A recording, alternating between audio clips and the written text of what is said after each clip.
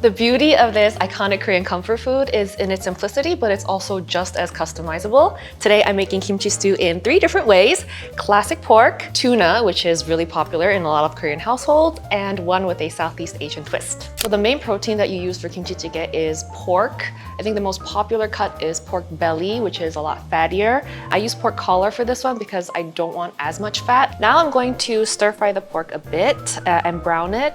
If you're using pork belly, you don't need to use any oil because the fat will render. Okay, now that's a bit brown. I'm gonna add in the kimchi and stir fry it a little. So if you want a deeper, richer flavor, you want to use kimchi that is aged and sour. If you use fresh kimchi, it won't have that same taste, so the older the kimchi, the better. Now I'm going to build the broth. I'm adding some of the brine from the kimchi earlier. Then I'm gonna add water and an anchovy stock cube. Then I'll let it boil so the flavors can really concentrate. You can use chicken stock cubes or you can just use water. Actually, you don't really need the anchovy broth. It'll still be flavorful enough because you have the pork for the flavor. Anchovy stock is just a very staple broth base in Korean food, so that's why I use the anchovy stock. I'm gonna boil this for about 15 minutes and add more water later if I need to. It's really just the simplest one-pot meal ever. Once the stew is done, you can top it with tofu and green onion and you're done.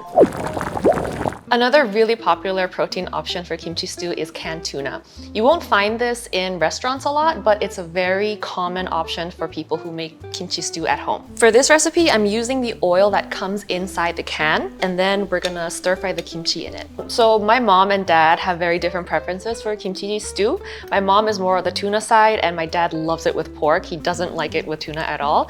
So mostly because my mom was cooking for the family, she would always make it with pork, but when she's just making it for herself, she will always go with the tuna. For me, I'm more of a pork person. I will lean towards pork, but when I have it with tuna, it reminds me of my mom, so I love them both.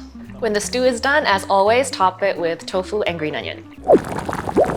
This version of kimchi stew uses asam pedas, which marries iconic Southeast Asian and Korean flavors. The idea came to me when someone in the family said that the tanginess in kimchi stew kind of reminded them of asam flavor, so I thought, why not blend the two of them together? And it actually turned out really good.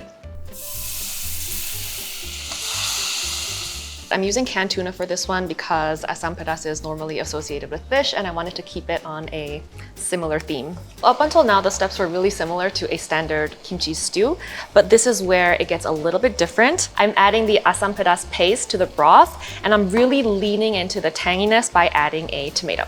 So both kimchi and asam pedas are spicy and sour, but kimchi gets its sourness from the fermentation, whereas asam pedas gets it from tamarind. But I think they complement each other really well when they're put together. Now we're just gonna boil this for 15 minutes or so and top up the water later if we need it. If you really want to lean into the fusion, you can also add okra or brinjal.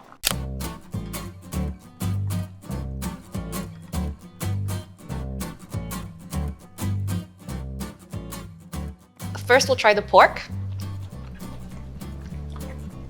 This takes me back home. It's really good. This is the one with the tuna. It's so flavorful.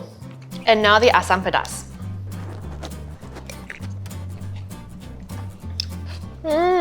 This one's my new favorite. The asam pedas paste really amplifies the tanginess. There are so many recipes and variants out there, but at the end of the day, kimchi stew is just about 4 ingredients. Kimchi, your protein of choice, tofu, and green onion. That's what makes it such a go-to in every Korean household. Let me know in the comments which of these versions you like the most. Enjoy!